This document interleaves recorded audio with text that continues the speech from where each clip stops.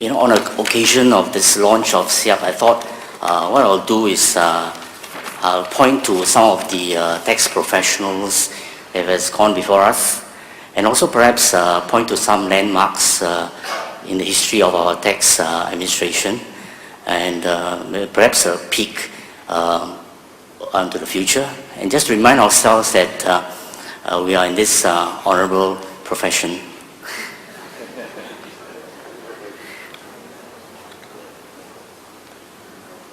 Perhaps some of you may not know, actually in the 19th century we have tax professionals. In the middle of the 19th century we have the so-called revenue farmers, and sometimes they're called tax farmers. Actually basically they hold licenses from the government, and these licenses are for opium farms, gambling, pepper gambling farms and all that. But nevertheless, they actually do collect taxes for colonial government in a very cost-efficient way, and in fact they are also successful businessmen in their own right. And today they are honored in the street names that you might notice, like for example Tan Seng Po, is Seng Po Road, in Tiong Bahru, and then Hong Lim, Chang Hong Lim is a tax farmer, is Hong Lim Green, and we've got others like Tan Yok Ni, it was his house now today housed the Chicago School of Business at Clemenceau Avenue.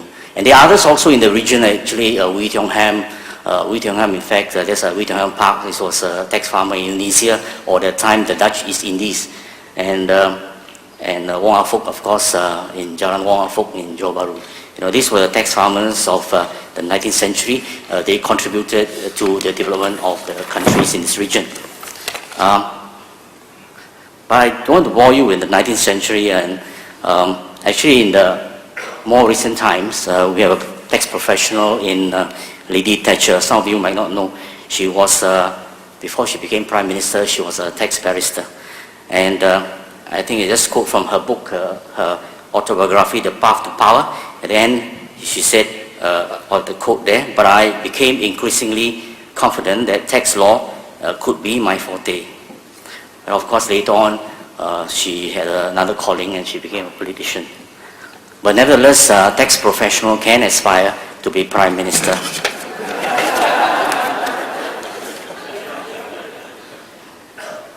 We might think that, 19th century Singapore tax pretty primitive.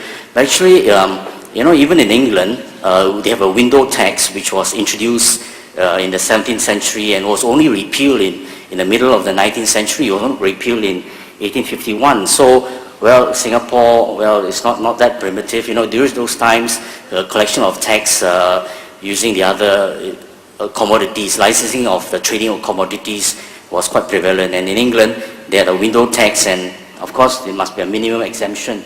So I think by 1825, houses with less than 8 windows were exempt from tax.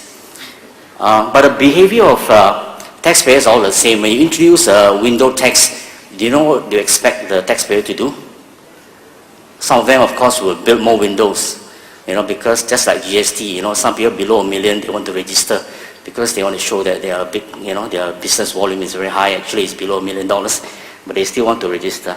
Of course, there are others who will react in a different way. They will stay deliberately below the 1 million by maybe fragmenting their businesses quite legitimately into different types of businesses. So the same thing happened in England. Some of them will actually build more windows to show that they can afford to pay the tax, and some actually will board up the windows, so they got less windows, and they don't have to pay the tax, stay below the 8 windows. Of course, those days they don't have any specific anti-avoidance provision. The commissioner cannot say, "I deem any boarded up window to be a window." You can't do that.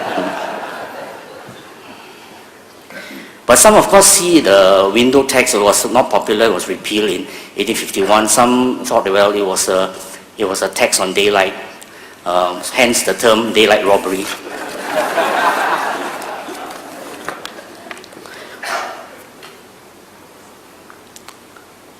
Okay, early British income tax history. Actually, our Income Tax Act actually bear traces of the English Income Tax Act. Maybe I just briefly run through the English history. Well, at the close of the 18th century, well, William Pitt, then Prime Minister and Chancellor of the Exchequer, introduced the income tax, actually to prosecute the war with France. At the time, they had the Napoleonic Wars with France. Not terribly popular tax, and there was a change of government, just like today might happen. 1803, Eddington, the next Prime Minister, refined the income tax, but eventually the tax was repealed in 1816, 1 year after the Battle of Waterloo, because it was not terribly popular.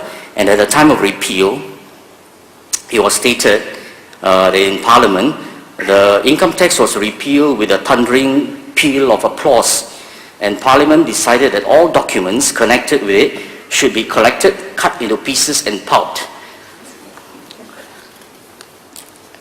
So 1816 saw the repeal of the income tax, and it was only in the middle of the 19th century that we saw the reintroduction of the income tax by Sir Robert Peel in England. So even in England, income tax is quite a recent phenomenon, only the last 150 years, where stamp duty was there for 300 years. And if we go and return to the first case, which was reported in the tax cases, volume 1, page 1, just notice there's a case, and the case was 1875, a case which was reported 1875. So income tax actually is a recent, compared to the other tax, quite a recent phenomenon. Okay, so much for the 19th century. We quickly fast forward to the 20th century.